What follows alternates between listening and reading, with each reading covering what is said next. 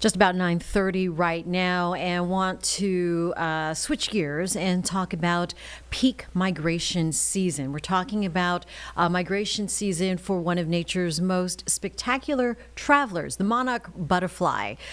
These beautiful black and orange creatures journey up to 3,000 miles from North America to Mexico, but in recent decades, the butterflies have seen their population really plummet. So joining us this morning is Thomas Johnson, Charlotte Vice President of Land Development at Taylor Morrison, and David Mizejewski. He's a naturalist at the National Wildlife Federation, joining us this morning. Good morning, gentlemen.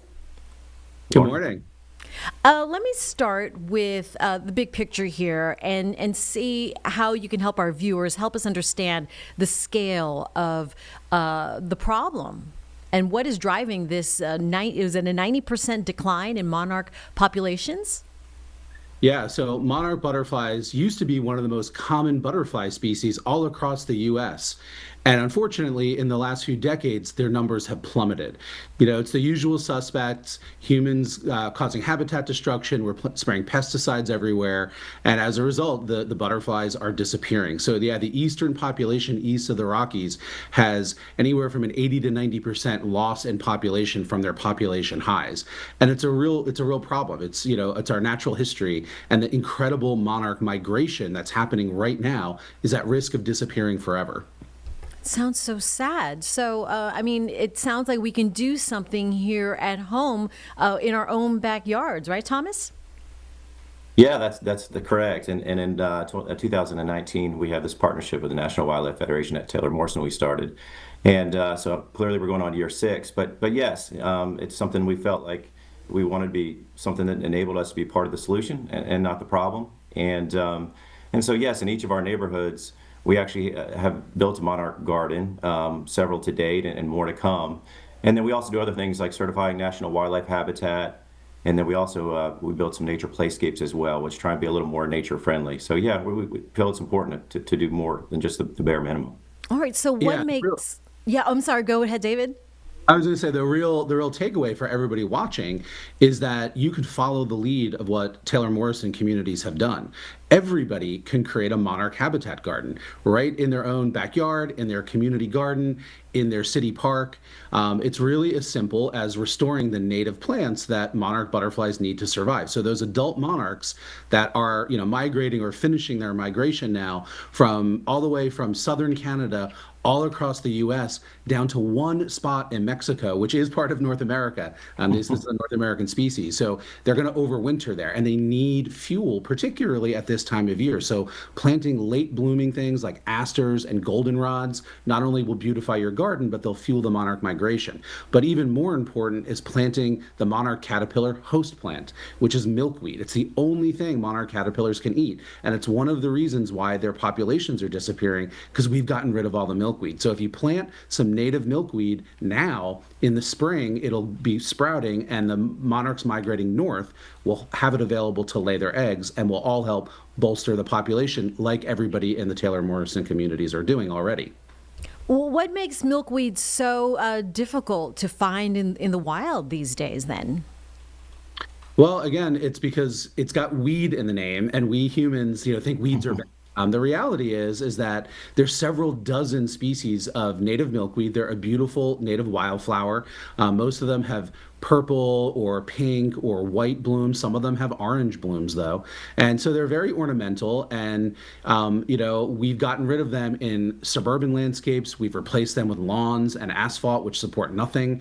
In the migratory corridor up the central part of the country, it's the farm belt. And so we've converted a lot of that native grassland habitat to big agriculture, and we've sprayed pesticides on it. And there's just not enough milkweed out there to support the population. Oh, just sounds sad all around.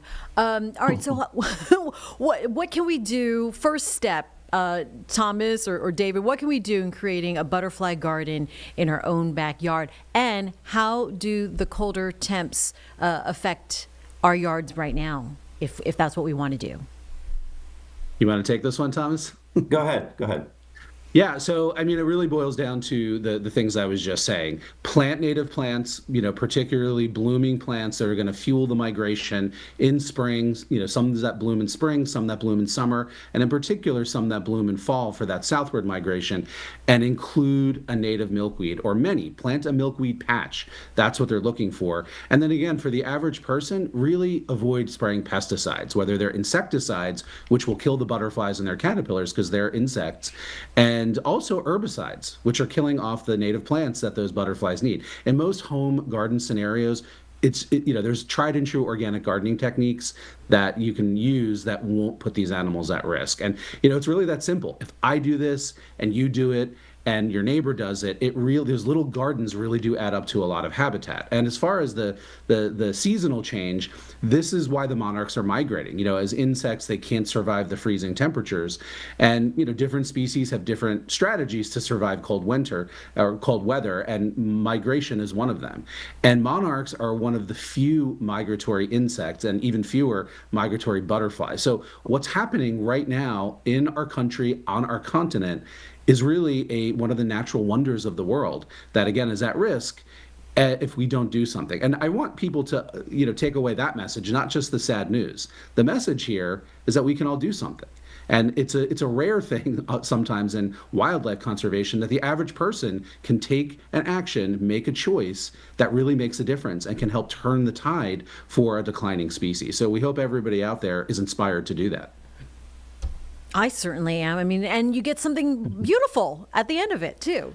Exactly. You're rewarded. You're rewarded by seeing, I did this and this animal showed up. It's really powerful, kind of magical even. And, again, it's about our natural heritage and making a choice that's going to support life or, that's going to, banish it and make it go extinct. And I think the choice there is pretty clear, at least to me. All right. And Thomas, anything people, here in the Charlotte area, they can go to Taylor Morrison today and pick up supplies and get started? Absolutely. I encourage you to go by some of our communities and check out the butterfly gardens. We spend quite a bit of time, and I think they look great. And usually in one of the neighborhoods, you'll see a plaque identifying where they are. But yeah, go and explore and take a look. And like David said, try and do some yourself and plant your native milkweeds and 80% of the native plants. And it doesn't seem like you need any, a large amount of space to do it, right? Yeah, really, any space that you have, even if it's in containers, is going to help, right? I mean, bigger is better. These monarchs need wide scale habitat, but that's where the idea that if we all do a little bit, it adds up to a lot comes from. All right. Any last message before we let you guys go? Oh, just that, it's up to us to create the world that we want to live in. And the late Jane Goodall, her message was your life matters and your choices matter. And we have an opportunity to choose actions that are going to support this incredible butterfly species or to let it go extinct. And again, I think for most people, the choice is pretty clear there. All right, Thomas Johnson and David Mizjewski, thank you for joining us this morning here on Live Impact News. I like the message here. It's a positive one. You can do something to make a difference and let those beautiful butterflies head to Mexico, where I just came back from. So we're just going to switch spots here. All right. Thank you. Have a great day, guys. Thanks. Thank you. And here on Live Impact News, we'll take a quick 2-minute break here and be right back on WCNC Plus. Stay with us.